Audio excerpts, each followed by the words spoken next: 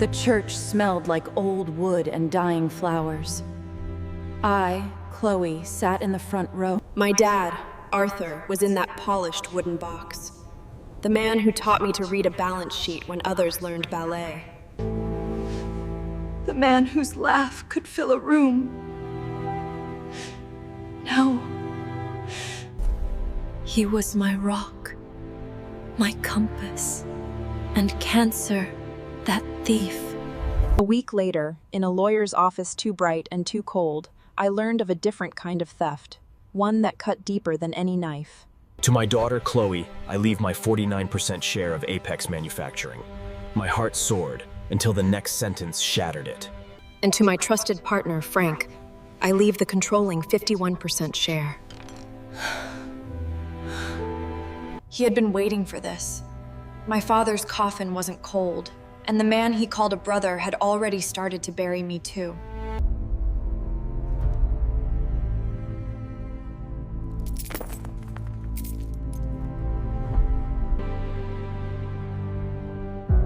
He gave me 1 week. I needed to be near my dad's things, to smell his old leather chair, to feel his presence. But when I pushed open the door to his office, Frank was there. This 49% thing, it's a nice gesture, a generous inheritance.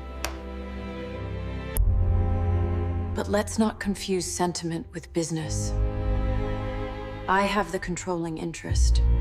Your role here is as a silent partner.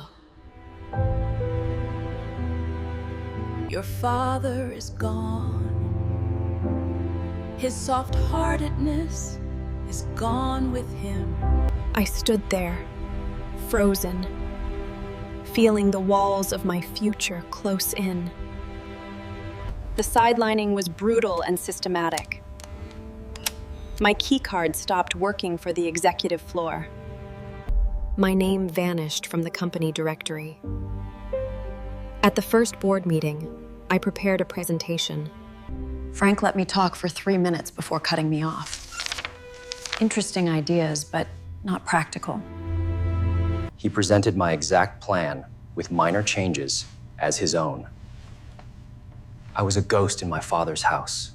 I'd walk the factory floor, and the workers would avoid my eyes. They were scared of Frank. In the dark quiet of my home, I remembered my dad's voice, strained and tired. Frank gets the majority because he's old school. He'll provide stability. But you have the fight. Frank thought he was dealing with a grieving daughter. The fight was just beginning. Patience. My dad always said it was the most powerful weapon. While Frank played king, I became a spy. I accessed the archive financials, the ones Frank thought were buried. And I found it, a ghost loan. Years ago, during a recession, my dad took a massive private loan to make payroll. He didn't go to a bank. He went to a man named Silas Sallow, a private lender. "I want to buy my father's debt from you," I said, my voice steady despite my pounding heart. He laughed, a dry, raspy sound. Why would I sell a performing asset?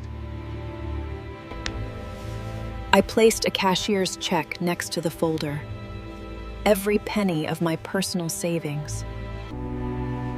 He picked up the check. The gun was now mine. I waited for the perfect moment, watching quietly, letting time sharpen the blade I planned to use.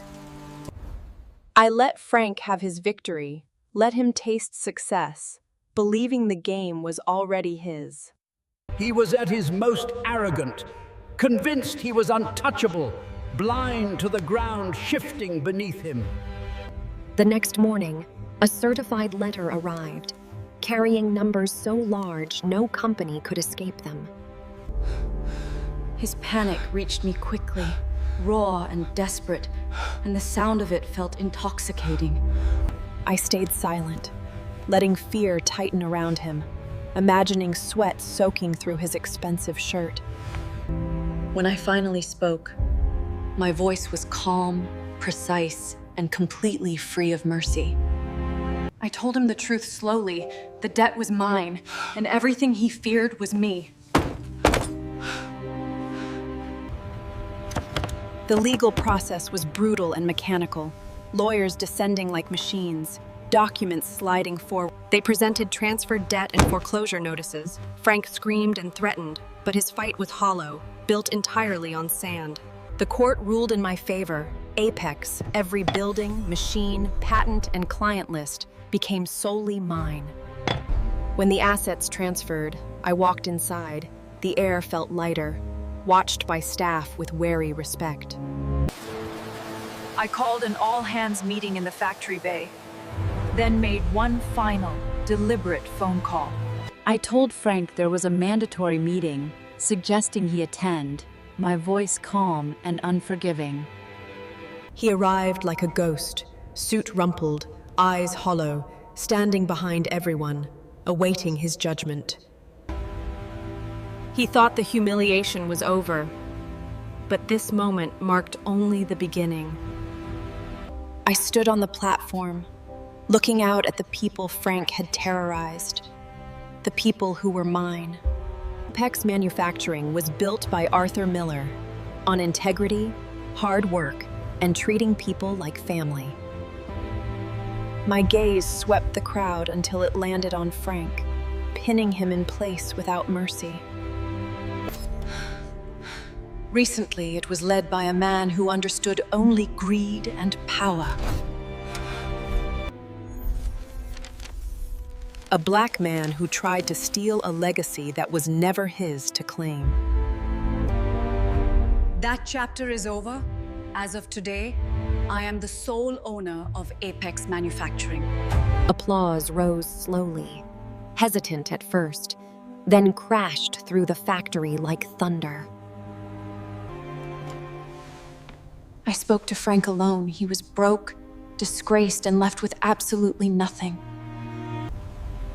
My father believed in second chances, so I offered Frank a job he never imagined. When he bowed and accepted, I didn't just win. I took his soul, and it felt like justice. The factory fell silent, thick and suffocating, as one whispered yes collapsed an empire without noise or mercy. Without the roar of machines, the buzzing lights became the only witness to his quiet, irreversible ruin. He stared into an oil-stained floor, as if his own soul stared back, cracked, defeated, and permanently marked. With a silent command, the crowd parted around him, shame standing alone, while judgment passed without words. My heels echoed like gunshots as I crossed the floor, calm, controlled, and completely unmoved. I stripped him of power with instructions delivered colder than policy, precise, final, and without emotion. When he finally looked up, pure hatred burned from him, raw and useless, trapped behind lost authority.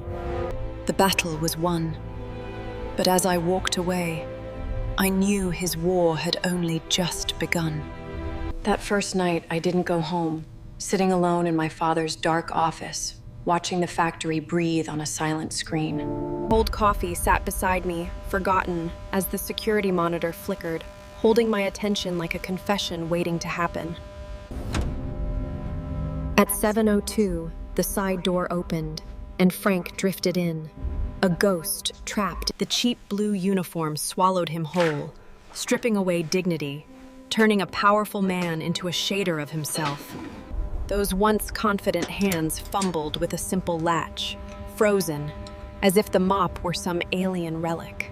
He pushed water in slow circles, wasting time at Station 4, where he once celebrated a record-breaking quarter. Mike walked past him without a glance, a wordless execution that erased Frank more completely than any argument. This was the revenge I wanted. His identity erased, forever tied to bleak. After a week of silent theater, I stopped watching passively and stepped forward, ready to direct his humiliation. I posted impossible rules on the janitor's door, standards designed to crush him slowly, night after night. Every morning at 6:45, as his shift ended, I was already there, waiting in silence. White coat, steel clipboard, spotless gloves, I became the angel of judgment, clinical, precise, and merciless.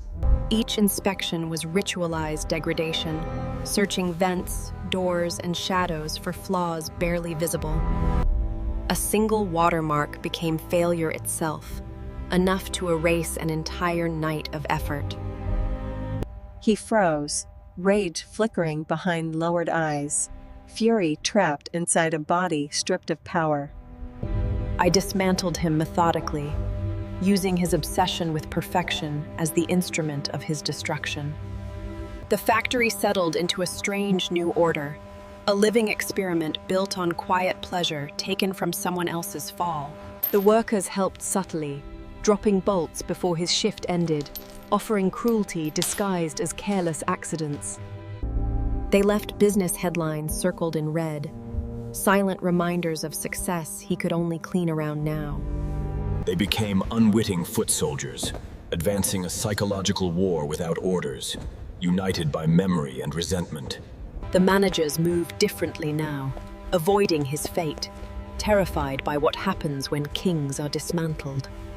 Sarah came quietly, worried not for him, but for me, for the cold precision hardening inside. We shared the memory of her tears, proof he shattered people long before he shattered himself. After a month of relentless pressure, the first fracture appeared, subtle but unmistakable, splitting his carefully built armor. Doubt flickered briefly, then vanished beneath righteous anger, because I needed this to be justice.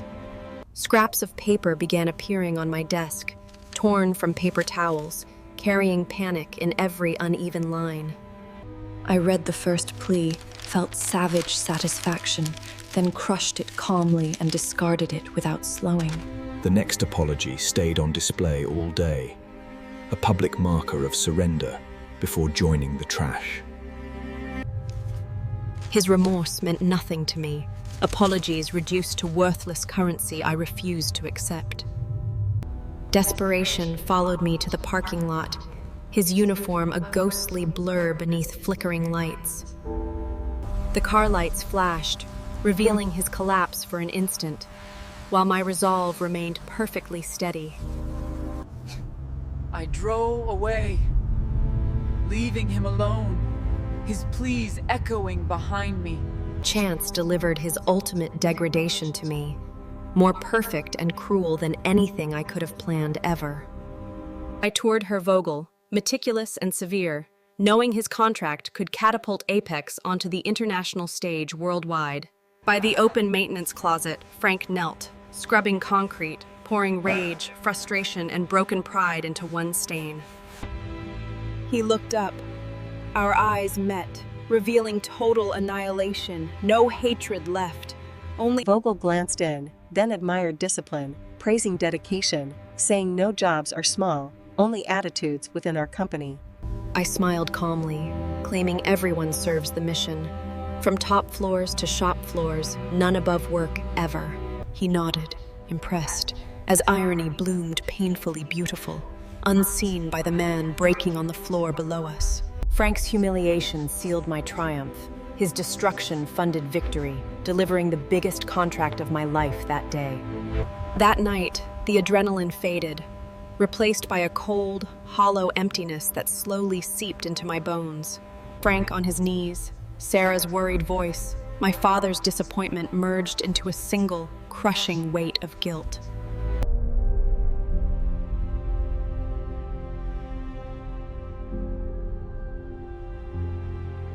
The icy fury melted, leaving me standing in the flood, watching the wreckage of my humanity drift by. I stared at my father's photograph, his favorite one.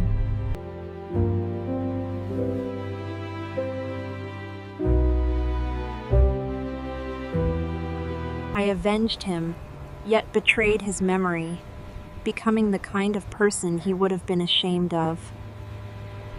The cost wasn't just Frankel's soul. Revenge turned to ash as a piece of mine disappeared. The next morning, I arrived before sunrise. I stood at my father's window, staring down at the spotless factory floor glowing beneath safety lights.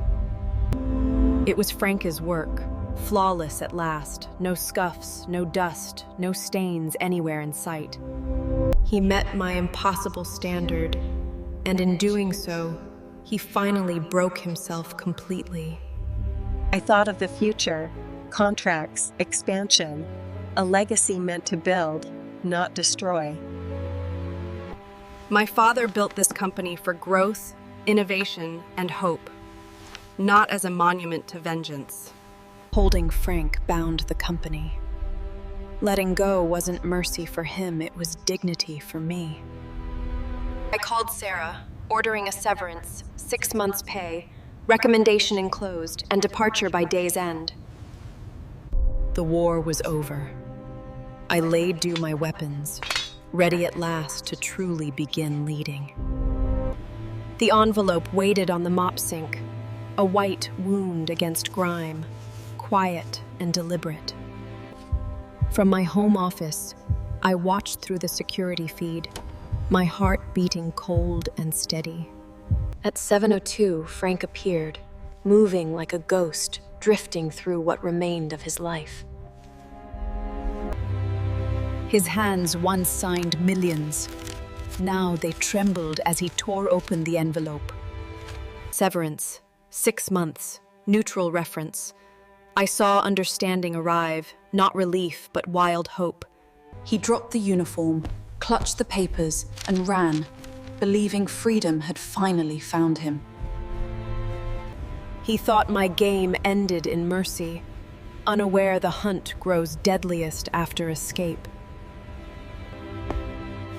I knew his arrogance survived humiliation, and this money wasn't rescue, it was bait. He would rebuild his crumbling kingdom, and in trying, complete his own destruction. For the first time in a year, Apex felt like my father's company again, lighter and alive. Laughter returned, ideas flowed freely, and Frank's shadow no longer poisoned the halls. We secured Vogel, reinvested in our people, and I became the heroic savior of his legacy.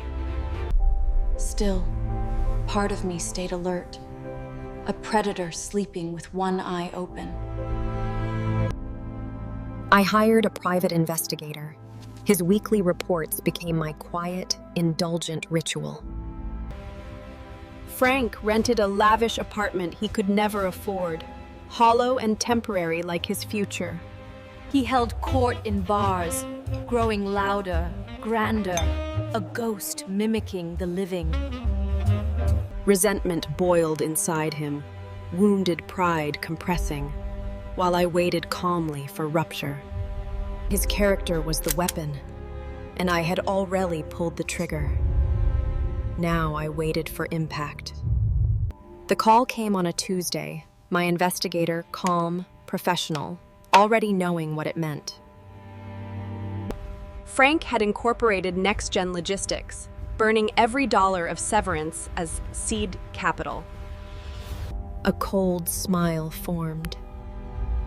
This exceeded even my most hopeful expectations. He wasn't wasting money, constructing stages for his own public execution. The business plan arrived, a desperate imitation of Apex strategies he once mocked. He believed stolen blueprints replaced relationships, discipline, and the integrity my father built. He challenged a queen on her board, with stolen plays and no army. I thanked the investigator, paid his bonus, and spent nothing of Apex's money. I sat in my father's chair, watching the architect of his own demise begin working. I decided to become his silent, unseen partner in failure. Not to help him, but to ensure. Through a series of shell corporations, I funded a consulting firm that specialized in disruptive market entry. This firm, run by a man on my payroll, reached out to Next-Gen Logistics. He presented Frank with an irresistible offer. Exclusive introductions to a new consortium of Asian suppliers, offering prices 30% below market rate. Frank, desperate to undercut my costs and prove his business genius, took the bait with the desperation of a starving man. He didn't perform due diligence. He never did. He saw the numbers and signed the contracts, bragging to his team. What he didn't know was that I had vetted these exact suppliers months prior, rejecting them for a reason. The trap was now of his own making. I was merely the stage manager, ensuring the lights and sound were perfect for his final performance. The collapse of Next-Gen Logistics was not a quiet bankruptcy. It was a spectacular public implosion. It happened in a series of brutal, rapid-fire acts that played out in trade publications and local business blogs. The first shipping container from his miracle suppliers arrived, and when opened, revealed steel components already blooming with rust. His clients, small businesses who had trusted him with their livelihoods, immediately filed for breach of contract. His investors, smelling blood in the water, pulled their funding overnight. The story became a cautionary tale. I read the articles in my father's office, the morning sun casting a warm, innocent light on the printed words.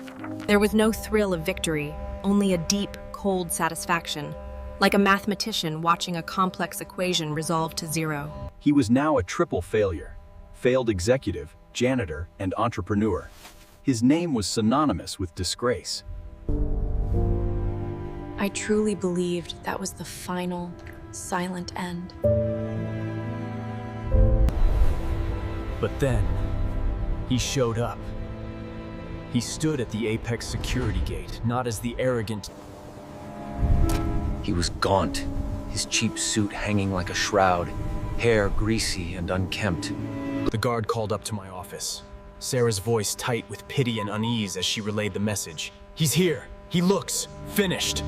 A part of me, the one that remembered laughter and backyard barbecues, screamed to turn him away, to let it end quietly. But the colder, harder part of me, forged in the fire of his betrayal, needed to see the final product.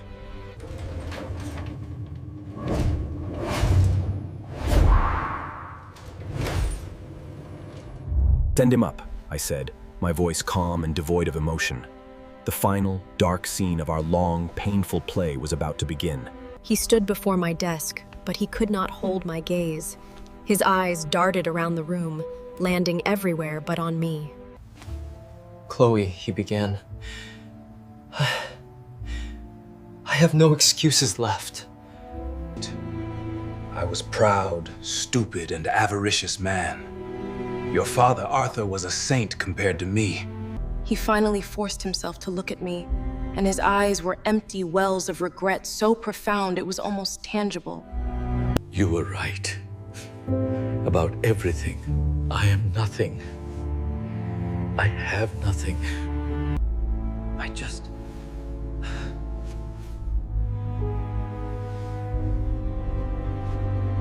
This wasn't a tactical maneuver or plea for sympathy. This was raw, unvarnished truth, stripped from him by total defeat.